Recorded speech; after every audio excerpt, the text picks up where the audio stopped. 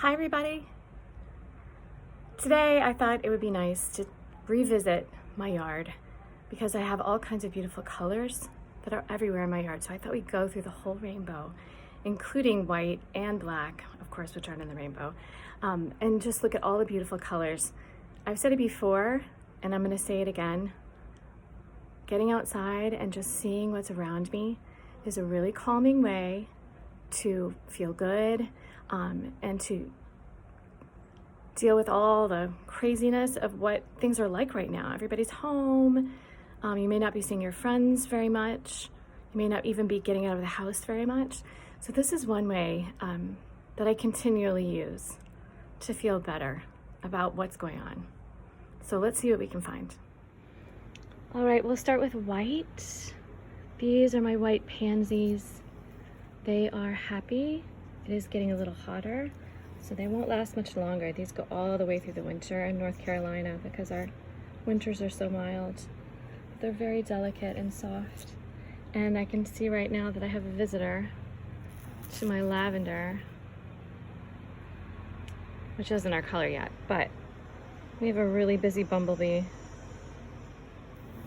And in all the time I've spent around bumblebees, I've never been stung by one. There's really no need to be afraid of bees unless you have a terrible allergy. Of course, we're dependent on bees to pollinate fruits and vegetables. If we didn't have bees and butterflies and bats and other pollinators, we wouldn't have food. So when you see a bee, don't worry, just stay out of their way so that they can do all the work they need to do to keep us healthy. White. These are gardenia bushes and they're just starting to unfurl. If you look at the buds right here, you can see that they have sort of a spiral shape, and that's how the petals unfurl, like they're twisting. And so in about another week, these bushes will be completely full of blooms, and they're incredibly fragrant and sweet. There's nothing like the smell of a gardenia. I wish I could share that smell with you, but I will be surrounded by them very, very soon. So there's some more white gardenia. Here we have another kind of white, sort of an ivory color. This is Japanese privet. And as you can see, some of the blooms have already fallen and they've made sort of a carpet on my driveway. And if you look right there, those are the petals that have fallen. As you can see, we have a lot more pollinators here. This is a different kind of bee, but they're extremely busy gathering the pollen from Japanese privet. This also has an extremely sweet smell. And when I come outside, this is one of the first things I can smell just wafting through the air, because my privet is a really, really large plant. You can see? Can you see how tall it is? So this is another white I have in my yard. Okay, now we have pink. Before we go to red, I wanted to do pink. This is meadow sweet. And the plant stays nice and green all year round. But in the spring, these beautiful, tiny, tiny flowers pop out. Can you see how beautiful and intricate they are? They're very vibrant, and every day they unfurl a little more. Beautiful pink color. All right, that's meadowsweet. Now we find ourselves at red. The red I selected today is these little delicate petunias. They're in a planter I have, along with these deep, deep burgundy petunias that look like velvet. They're absolutely gorgeous. They almost are black, they're so dark. And alongside the petunias, I have this little tiny pink verbena, so it makes a really beautiful little planter that I'm gonna enjoy all summer. So these will bloom all the summer long as I keep it nice and watered. So there's a nice variety of reds. Now for some orange and yellow. This is a plant I showed you before in a video, but it's gotten a lot bigger and has far More blooms. This is calendula, also called pot marigold. So you can see that it looks like little marigolds.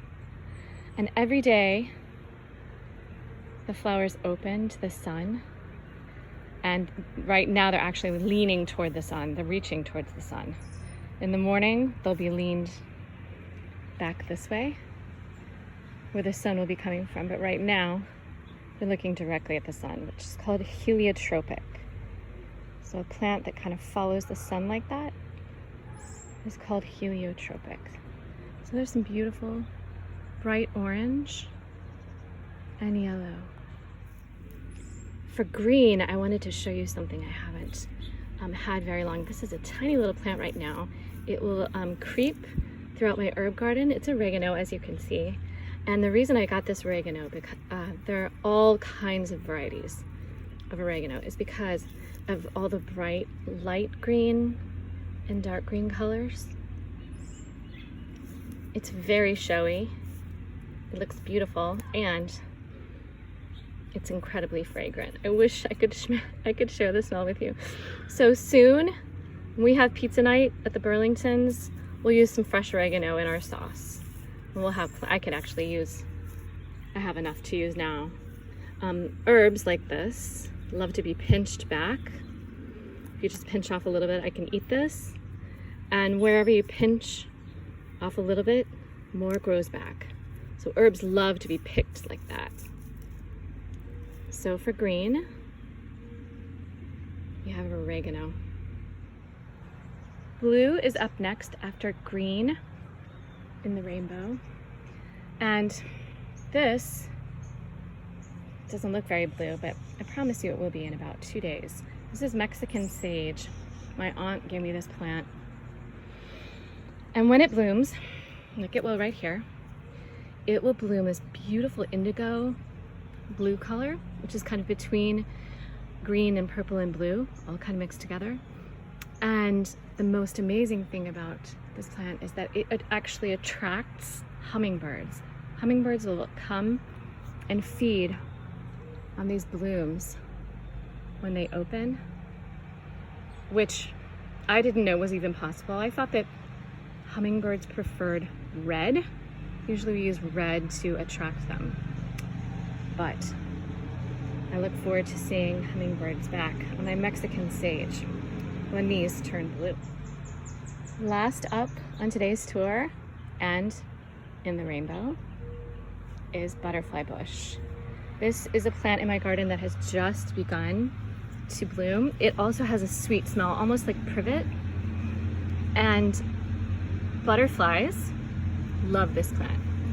In the summertime, this will be covered in butterflies who eat the nectar from these beautiful tiny blooms.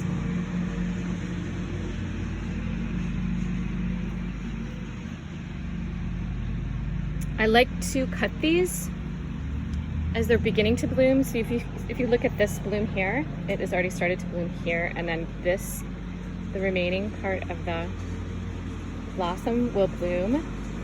So I like to cut these sort of around here and take them in and put them in arrangements in the house. They're fragrant and they're incredibly colorful, as you can see.